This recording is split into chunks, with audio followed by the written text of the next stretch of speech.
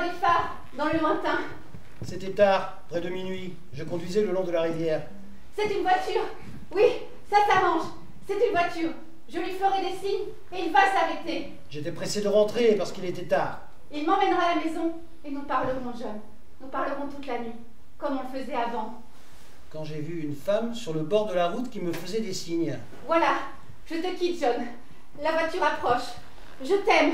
Je me gare, bien que je n'en ai pas envie. Il est tard, ma femme va s'inquiéter, mais il y avait cette femme seule sur le bord de la route qui me faisait des signes. Alors je me gare, elle ouvre la portière et me dit « Bonsoir, ma voiture est en panne. » Et je vois qu'elle est désemparée, qu'elle a aussi un peu peur. Alors je lui dis « Montez, je vais vous conduire à votre voiture. » Mais elle me dit « Non, est-ce que vous pouvez m'emmener chez moi? Il est tard, mon mari doit m'attendre. » ou quelque chose dans ce genre. Il se trouve qu'elle habite une villa près de la rivière. Il y a des immeubles et son mari et elle... Travaille en ville. Comment on avait dit ça déjà? Nous faisons la navette. Oui, la navette, entre là-bas et la ville, là où il travaille. Alors j'ai dit d'accord, même si je n'y tenais pas. Il était tard, ma femme va se demander où je suis. Alors a téléphoné à l'hôtel et a appris que j'étais parti depuis longtemps. Alors elle va s'inquiéter. Mais qu'est-ce que je pouvais faire? Cette femme était seule et désemparée. Alors elle monte dans ma voiture et me dit « Je vous remercie. » Nous avons roulé environ 10 minutes et elle n'a rien dit, sauf... C'est très gentil, vraiment, très gentil. Alors j'ai pris le raccourci que tout le monde connaît pour aller vers les villas près de la rivière. On coupe la ville, ça fait gagner environ 10 minutes. Tous ceux qui habitent là-bas le savent, sauf elle. Elle ne savait pas parce que elle et son mari... ne sont là que depuis quelques mois. Et personne n'avait dû leur expliquer ce raccourci. Alors elle me regarde, et avant que j'aie pu lui expliquer que c'était un raccourci, elle ouvre la portière et saute de la voiture. J'arrête de la voiture, je sors, je crie « Attends !» Je ne la vois plus, mais je l'entends courir à travers les buissons. Je cours après elle, il fait noir, je ne peux plus rien voir. La végétation est épaisse, il y a des branches, le terrain est accidenté et glissant. Je tombe. Des bouts de bois et de pierre me coupent le visage. Et je l'entends toujours courir. Elle doit se blesser horriblement, alors je crie « Attendez! N'ayez pas peur! C'est un raccourci! Je ne vous veux aucun mal! » Je ne l'entends plus courir. Et je l'entends respirer. Elle est tout près car je peux l'entendre respirer. Et je crois qu'elle pleure comme un petit animal terrifié dans la forêt.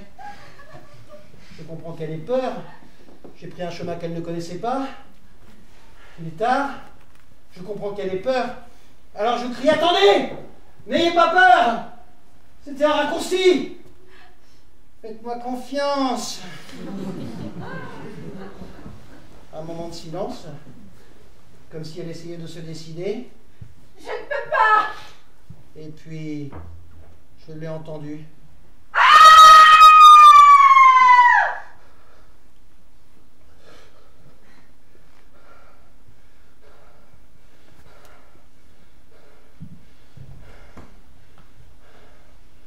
Je reste là. Il fait noir. C'est tard. Je me demande comment tout ça est arrivé. Je voulais simplement aider cette femme.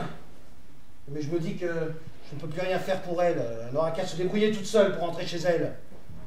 Je retourne à ma voiture et pendant que je conduisais, je me demandais ce que j'allais dire à ma femme. Qu'est-ce qu'elle va penser des coupures sur mon visage et de la boue sur mon pantalon. Et je me mets en colère contre cette femme qui m'a mis dans ce pétrin. Je rentre chez moi, je gare la voiture. Je me demande toujours ce que je vais pouvoir dire à ma femme. Et je m'aperçois qu'il y a quelque chose par terre dans ma voiture. Et je vois que c'est une chaussure. Cette femme avait laissé une chaussure dans ma voiture.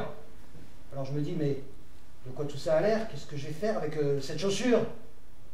Alors je prends la chaussure, je sors de la voiture, je traverse la route, je n'ai plus les idées très claires. Je sais seulement que j'ai cette chaussure de femme dont je ne veux pas et que je ne devrais pas avoir. Alors je vais vers le terrain vague, au début de la forêt. Et je jette la chaussure aussi loin que je peux, car je sens que cette chaussure va m'attirer plein d'emmerdes, et je veux m'en débarrasser. Quand je me retourne, je vois ma voisine à sa fenêtre dans sa robe de chambre qui me regarde et je me dis merde. De quoi tout ça a l'air? Moi, jeter une chaussure de femme dans un terrain vague. Et voilà qu'elle sort de sa maison. Qu'est-ce qui lui prend de sortir de sa maison à cette heure tardive? Ça, je ne le sais pas. Je n'ai pratiquement jamais parlé à cette femme. Je l'ai sans doute saluée une fois ou deux en bon voisinage. Et voilà qu'elle sort de sa maison maintenant. Et elle me regarde comme si elle me demandait une explication. Et moi je pense que je ne lui dois rien, celle-là. Et elle me regarde avec une telle suspicion. Et je me souviens des coupures que j'ai sur le visage. Et que ça doit en effet lui sembler bien étrange. Et ça me fait rire. En même temps, je me dis que probablement elle n'avait pas dû voir.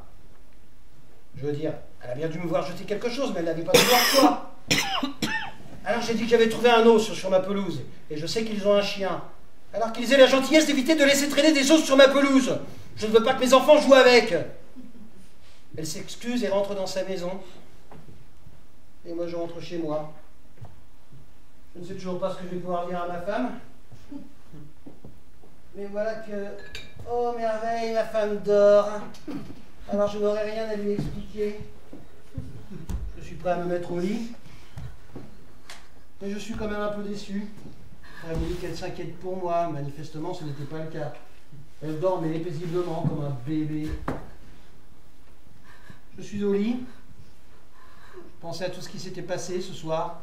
Je pensais à cette femme que j'avais laissée là-bas toute seule, avec une chaussure seulement.